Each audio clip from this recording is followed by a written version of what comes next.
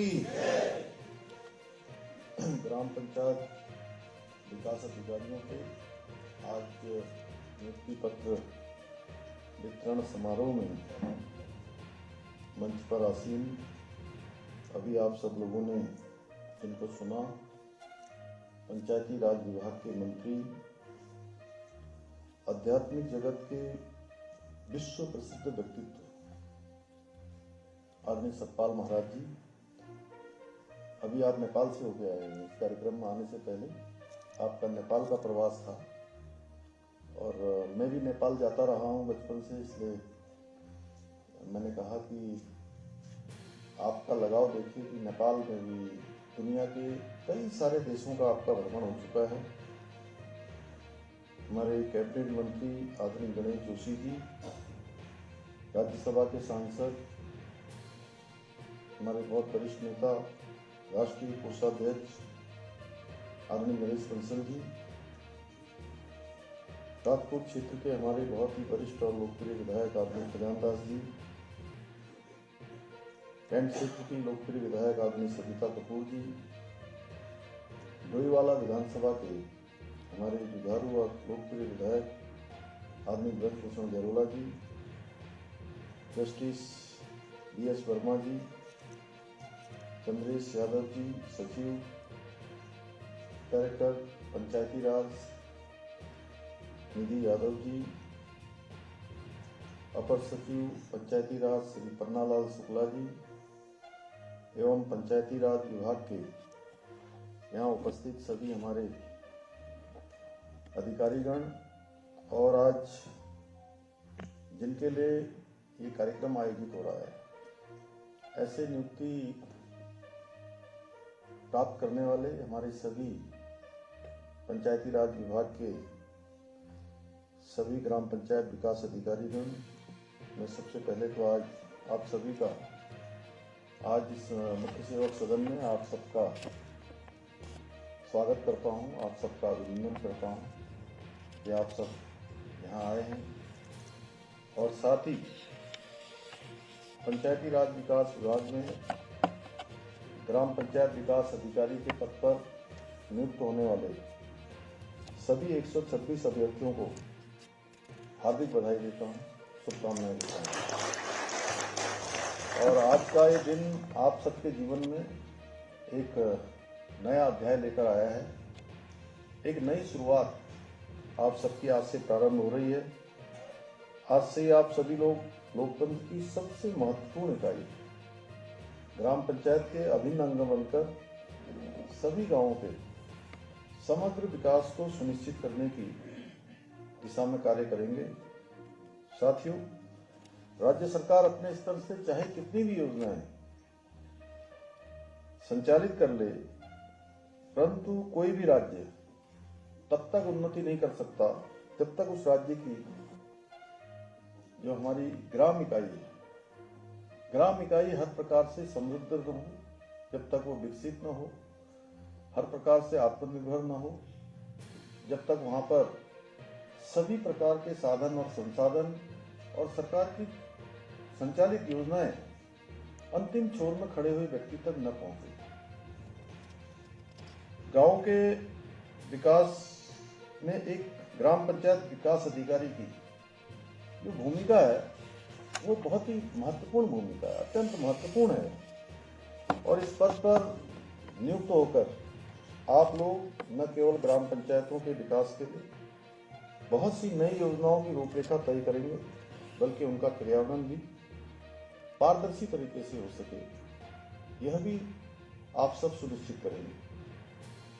मैं देख रहा हूं कि आप सब लोग बड़ी संख्या में यहाँ आए हैं और कुछ हमारे अभिभावकगण भी आए हैं। उनके चेहरे पर भी आज आपकी सफलता की प्रसन्नता साफ यहाँ से दिखाई दे रही है। उनका प्रसन्न होना स्वाभाविक है, क्योंकि किसी परिवार का कोई बेटा या बेटी जब सरकारी नौकरी की तैयारी करते हैं या किसी भी परीक्षा की तैयारी करते हैं तो वो स्वयं अकेले तैयारी नहीं करते हैं, उनका परिवार भी उनके अभिभावकगण भी साथ साथ ही तैयारी कर रहे होते हैं। वो भी मेहनत करते हैं, क्योंकि मैं भी आप जैसे एक सामान्य परिवार से आता हूँ और मैंने ये सब जीवन में देखा है, इसलिए अच्छी तरह से इस बात को समझता हूँ किस प्रकार अभिभावक अपने बच्चों को सफल बनाने में, बेटा बेटी को सफल बनाने में किस प्रकार से अपना सर्वस्व लगाते हैं, अपना सब कुछ समर्पण करते हैं, समय भी लगाते हैं, भगवान से प्रार्थना भी करते हैं, और उनके पास जितने संसाधन होते हैं, जो पूंजी होती है, वो पूंजी से लेकर सभी व्यवस्थाएं अपने बच्चों के लिए करते हैं। भाइयों बहनों, पहले ही परीक्षाएं होती थी। हमारे भाई बहन, बेटे बेटियां दिन रात मेहनत करके भर्ती परीक्षाओं की तैयारी करते थे, लेकिन उनका किसी भी परीक्षा में सिलेक्शन नहीं हो पाता था। परीक्षा का परिणाम आता था तो सिलेक्शन उनका हो जाता था जो नकल माफियाओं के साथ सांठ-गांठ करते थे। नकल माफिया जिनसे पेपर लीक करवाने के एवज में बड़ी रकम वसूलते थे, इसलिए उनका नाम नहीं आता था भाई। और पेपर लीक की वजह से युवाओं का, हमारे नौजवानों का, भाई बहनों का भविष्य अंधेरे में जा रहा था, और उनके माता पिता के जो सपने थे वो सपने चकनाचूर हो रहे थे। उनका आत्मविश्वास लगातार कम हो रहा था, आत्मबल कम हो रहा था, क्योंकि उनको लगता था कि हमारी योग्यता, क्षमता, प्रतिभा के साथ न्याय नहीं हो रहा है। और इसी समस्या को गंभीरता से लेते हुए हमने न केवल नकल माफियाओं को जेल की सलाखों के पीछे डालने का काम किया, बल्कि देश का सबसे सख्त नकल विरोधी कानून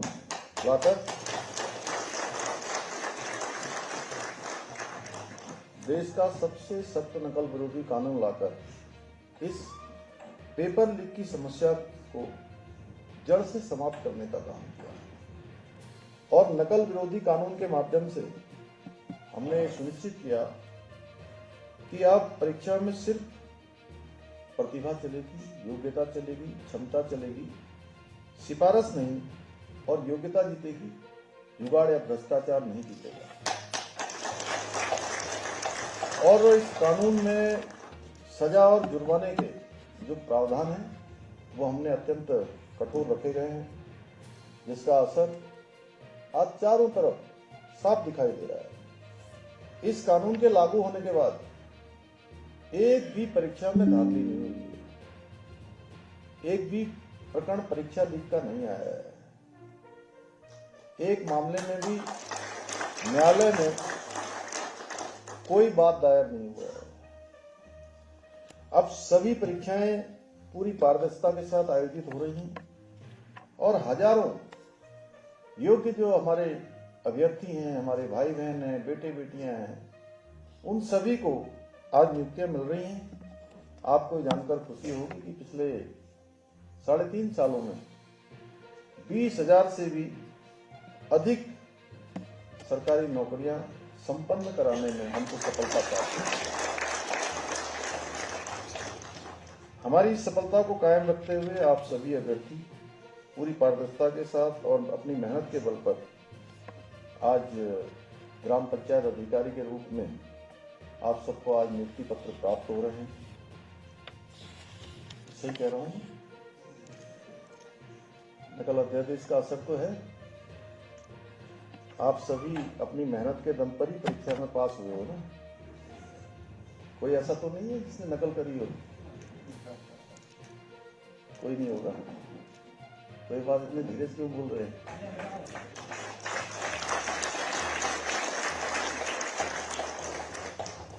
साथियों, एक ऑब्जर्वेशन मैं आप सभी के साथ साझा करना चाहता हूं। ऐसा पाया गया है कि कोई व्यक्ति लाखों की घूस देकर यदि किसी पद पर नियुक्त होता है या कोई पद पाता है, तो वो अपनी जड़ें जमाते ही भ्रष्टाचार द्वारा जो उसने राशि जो भ्रष्टाचार में दी होती है उसकी भरपाई वो घूस के रूप में पहले दिन से करना शुरू कर जाता है।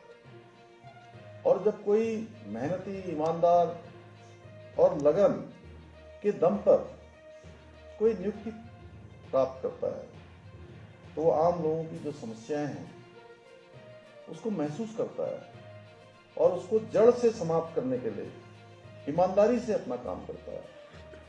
साथियों, हमारी सरकार अपने विकल्प रहित संकल्प के आधार पर उत्तराखंड को देश का अग्रणी राज्य बनाने के उद्देश्य से शहरों के साथ साथ गांवों के विकास को भी प्राथमिकता से साथ उन पर काम कर रही है।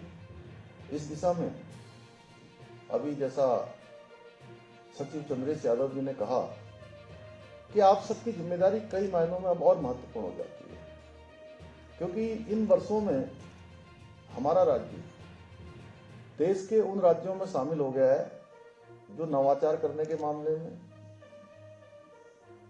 कड़े निर्णय लेने के मामले में,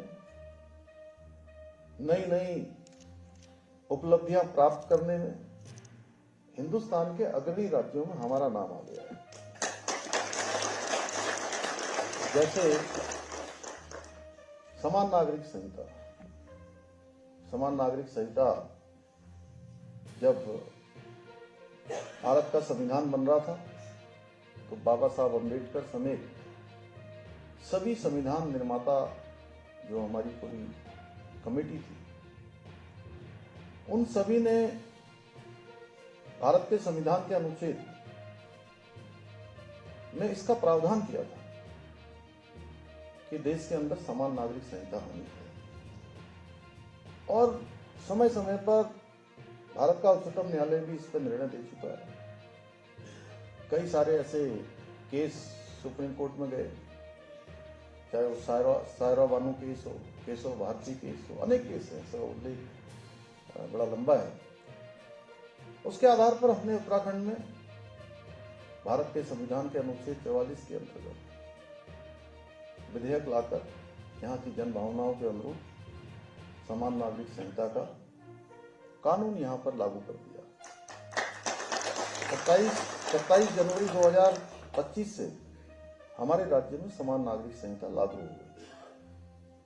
अब उसको जन जन तक पहुंचाना है। उसके बारे में बहुत सारे लोग बीच बीच में भ्रांतियां फैलाते हैं, और ये आज रहा हो या पहले रहा हो, हर समय में जब भी देश के अंदर, समाज के अंदर कोई परिवर्तन हुए, कोई अच्छा काम हुआ है, तो उसमें थोड़ी बहुत विघ्न बाधाएं भी उत्पन्न होती हैं।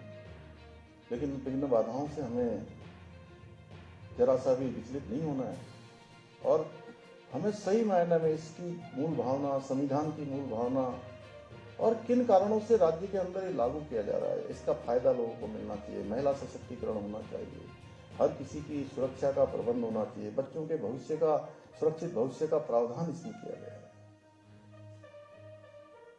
एक बात बीच बीच में बार बार आती है कि लिविंग रिलेशनशिप को लेकर कि हमने कोई नई व्यवस्था यहाँ कर दी। हमने कोई नई व्यवस्था नहीं की है। जो चला आ रहा है उसको हमने सुरक्षा की दृष्टि से, कि जो भी इन संबंधों के आधार पर रह रहे हैं उनकी सुरक्षा हमारे लिए प्राथमिकता है। हालांकि ये हमारी संस्कृति का हिस्सा नहीं है, लेकिन हम लोकतांत्रिक मूल्यों पर विश्वास रखने वाले हैं। अनेक केस देश के अंदर हुए हैं। दिल्ली में श्रद्धा बालकर और आफ्ताब का एक बहुत चर्चित केस दिल्ली में हुआ था। उसमें श्रद्धा बिटिया के टुकड़े टुकड़े करके फ्रिज के अंदर डालकर एक एक टुकड़ा जंगल में फेंक के आता था और उनके माता पिता से सोशल मीडिया के माध्यम से लगातार बात करता था। इसलिए अब ऐसे लोगों के लिए माता पिता के पास बाद में उनको पछताना न पड़े, जीवन भर रोना न पड़े, उसके लिए हमने प्रावधान किया कि माता पिता को एटलीस्ट उनकी जानकारी होनी चाहिए। तो आप रह रहे हैं, माननीय उच्चतम न्यायालय ने भी अभी, कुछ लोग हाईकोर्ट गए थे, हाईकोर्ट ने भी कहा कि जब आप साथ में रह रहे हैं तो माता पिता को जानकारी क्यों नहीं होनी चाहिए। हम किसकी निष्ठा को भंग नहीं करते। दूसरा, वो कह रहे हैं कि जो यहाँ पर विवाह कर लेगा समान नागरिक संहिता लागू होने के बाद उसको यहाँ का स्थायी निवास प्रमाण पत्र मिल जाएगा। यहाँ का स्थायी निवास प्रमाण पत्र इस आधार पर नहीं मिलने वाला है। जो व्यवस्था बनाई गई है 2003 से पहले की, पहले से जो यहाँ का चीजें हैं उस पर निवास प्रमाण पत्र बनता है। इस प्रकार से कुछ चीजें, हालांकि विषय नहीं था, लेकिन चंद्रेश यादव ने बोला तो मैंने कहा कि आप लोगों को जरूर बताना चाहिए। इस प्रकार की भ्रांतियों को भी आप सब लोगों ने दूर करने का काम करना है और मुझे पूरा भरोसा है कि आप सब करेंगे। इसी प्रकार हमने एक सख्त भू कानून भी हम लेकर आए। प्रदेश के अंदर लंबे समय से मांग थी भू कानून की कि गांव के लोगों की भूमि और लोगों के अधिकारों को सुरक्षित रखने के लिए लंबे समय से जन भावनाओं के अनुरूप हमने इस बार विधानसभा में यह भी विधेयक लाकर भू कानून भी भू सुधार की दिशा में हमने एक कदम उठा दिया। हम इस दिशा में आगे बढ़ गए। ये सिर्फ एक भू कानून नहीं है, बल्कि उत्तराखंड की भोली भाली जनता की पीढ़ियों की धरोहर की रक्षा की गारंटी है। उसको सुरक्षित रखने का कानून है। अब कोई भी बाहर से आकर हमारी जमीनों को हड़प नहीं सकेगा और विकास भी ऐसा होगा जिसमें उत्तराखंड वासियों की भागीदारी सुनिश्चित होगी और हमारी अस्मिता भी सुरक्षित रहेगी। राज्य का जो मूल अस्तित्व है वो भी बना रहेगा। आप सभी ग्राम पंचायत विकास अधिकारियों को भी इसमें अपनी बहुत अहम भूमिका निभानी होगी। आपको सुनिश्चित करना होगा कि गांव में इस कानून की सही जानकारी पहुंचे, लोग अपनी भूमि को समझदारी से संभालें और गलत तत्वों के बहकावे में ना आए। गांव की खुशहाली आपकी नीतियों, आपके परिश्रम, आपके प्रयासों में निर्भर होगी। मेरी आप सभी से अपेक्षा है कि आप सभी इस जिम्मेदारी को केवल एक नौकरी के रूप में न लेकर जीवन के एक मिशन के रूप में भी लेंगे। मैं आपको विश्वास दिलाता हूं, गांवों का समग्र विकास सुनिश्चित करने के इस मिशन में हमारी सरकार हर स्तर पर आपके साथ है। आपको भरोसा होगा ना, जो हम लोग कहते हैं वो करेंगे। तो बताइए, आप सभी तैयार हैं ना? बिल्कुल तैयार हैं? ईमानदारी से काम करेंगे ना सब लोग? गांव का विकास सुनिश्चित करेंगे? चलिए, आप सबका ये जोश देखकर, ये उत्साह देखकर मुझे पूरा विश्वास हो गया है कि आप सभी न केवल ईमानदारी से काम करेंगे, बल्कि अपनी मेहनत और लगन से उत्तराखंड के गांवों को आदर्श गांव के रूप में भी स्थापित करेंगे। वैसे तो मैं आज कुछ और बोलूंगा तो ये थोड़ा विषयांतर होगा, परंतु मैं आप सभी के माध्यम से अपने हृदय की बात अपने सभी उत्तराखंडी भाई बहनों से भी कहना चाहता हूँ। भाइयों बहनों, उत्तराखंड निर्माण का सपना हमारे आंदोलनकारियों ने इसलिए देखा था कि उत्तराखंड के अंतिम छोर में खड़े हुए व्यक्ति तक, लोगों तक विकास की धारा पहुंचे और सभी उत्तराखंडवासी मिलजुल कर काम करें, उत्तराखंड को आगे बढ़ाएं। इसलिए मेरा अपने सभी उत्तराखंड वासियों से आग्रह है कि किसी भी प्रकार के बहकावे में ना आकर एक उत्तराखंड और एक उत्तराखंड की भावना से मिलकर कार्य करें। और हाँ, मैं इस अवसर पर फिर से एक बार सख्त लहजे से उन सभी लोगों को, चाहे वो कोई भी हो, हमारे मंत्री हों, विधायक हों, सांसद हो, जनप्रतिनिधि हों या आम उत्तराखंडी क्यों ना हो, सभी से कहना चाहूंगा कि उत्तराखंड की एकता के साथ खिलवाड़ करने वालों को हमारी सरकार बिल्कुल भी माफ नहीं करेगी। इसलिए आज के बाद इस प्रकार के भड़काऊ विमानों को भी गंभीरता से लिया जाएगा और उत्तराखंड की अस्मिता से खिलवाड़ करने वालों पर सख्त कार्रवाई सुनिश्चित की जाएगी, जो भी हमारी एकता को नुकसान पहुंचाने का काम करेगा। इसी के साथ एक बार फिर से मैं आप सबको बहुत शुभकामनाएं देते हुए और आप सबके उज्जवल भविष्य की कामना करते हुए अपनी बात समाप्त करता हूँ। बहुत बहुत धन्यवाद। मुख्य सेवक सदन से जो हमें आशीर्वचन के रूप में जो आशीर्वाद दिए हैं, सबसे महत्वपूर्ण जो मुझे लगा, अंतिम छोर के व्यक्ति का अगर आपने हेल्प किया, मदद किया तो वो बड़ा पुण्य होगा। और इसके लिए सभी लोगों की जिम्मेदारी ये होती है, जो हमारे ग्राम पंचायत विकास अधिकारी हैं, जो एकदम मिलकर काम करते हैं और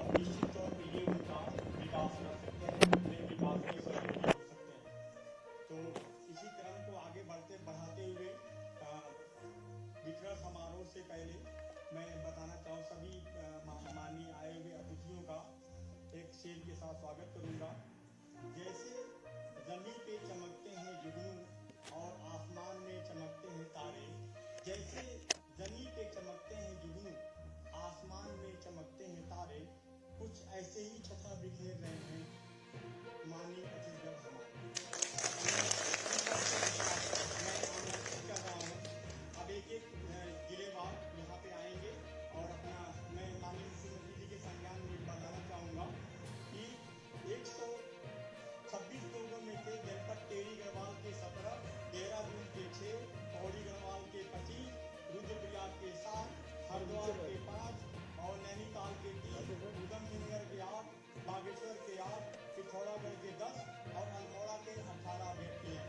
सर्वप्रथम इस कड़ी को आगे बढ़ाते हुए मैं आमंत्रित करना चाहूँगा जो टॉपर हैं वो माननीय मुख्यमंत्री से के हाथों से लेंगे, बाकी लोग एक जिले बाद आएंगे। सर्वप्रथम मैं अनुरोध करूँगा जनपद टेरी गढ़वाल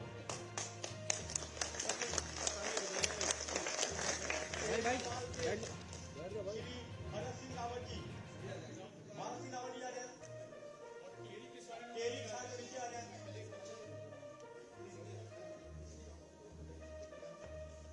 श्री भरत सिंह रावत जी माननीय मुख्यमंत्री जी से आप लेंगे, अब बाकी लोग नीचे खड़े हो जाएंगे ताकि ग्रुप फोटो भी हो जाए और माननीय मुख्यमंत्री जी का सभी आए हुए अतिथिगण का आशीर्वाद भी प्राप्त हो। पूरी टीवी के लोग हैं, टीवी के 17 लोग हैं, उनका लाइन से खड़े हो जाए ताकि ग्रुप। अरे भट्ट जी, नोडल भी हाँ, इसके बाद रेडी रहेंगे देहरादून, देहरादून के श्री दीपक भट्ट, पौड़ी गढ़वाल से दीपक भट्ट, श्री दीपक भट्ट पौड़ी गढ़वाल। तालियों की गड़गड़ाहट होना चाहिए।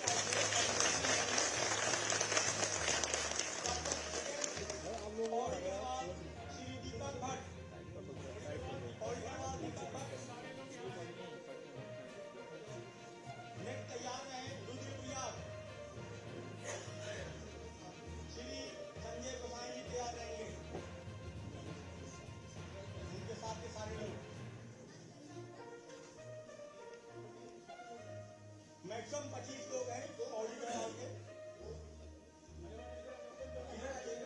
यू बना लीजिए, यू में कवर हो जाएगा।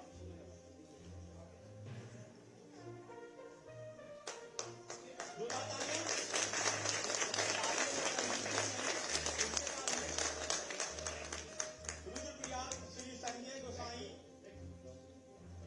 श्री संजय गोसाई रुद्रप्रयाग।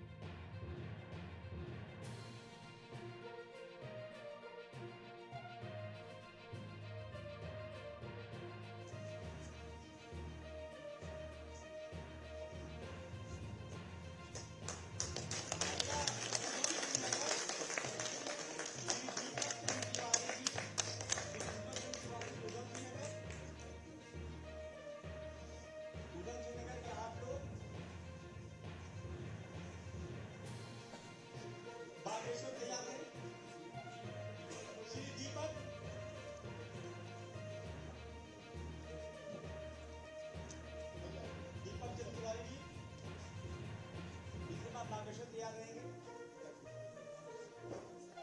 श्री योगेंद्र सिंह बाबूसर तैयार रहेंगे।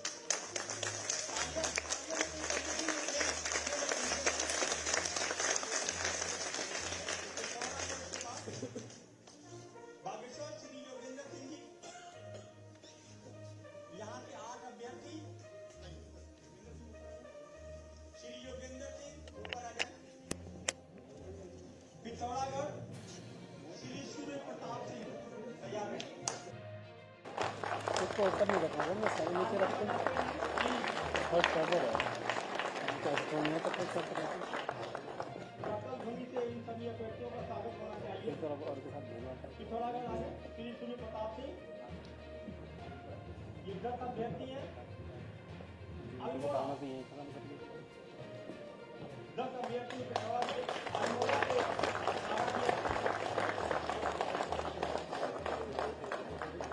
श्री सूरज पाटनी जी, पिथौरागढ़ के श्री सूर्य प्रताप सिंह जी, अल्मोड़ा के श्री सूरज पाटनी जी। ये सभी टॉपर का नाम बोला जा रहा है, हर जनपद के टॉपर हैं। इसीलिए माननीय मुख्यमंत्री जी का